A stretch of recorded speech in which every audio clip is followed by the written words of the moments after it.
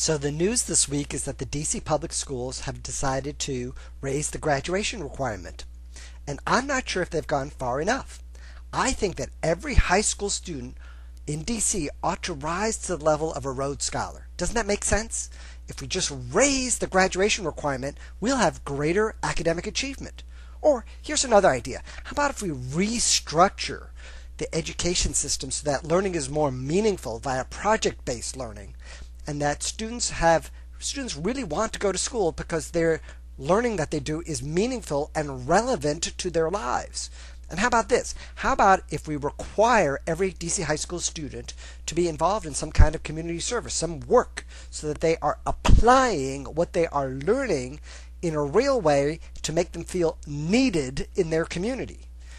And the other news this week was that the Washington Post redesigned or redecorated the front page of their newspaper.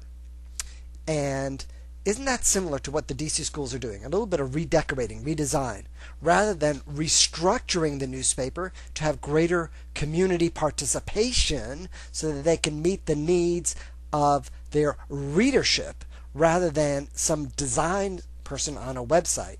And these two stories were not necessarily related, but do you see the parallels in the thinking of just tweaking the surface rather than going in and making structural changes that are meaningful and effective?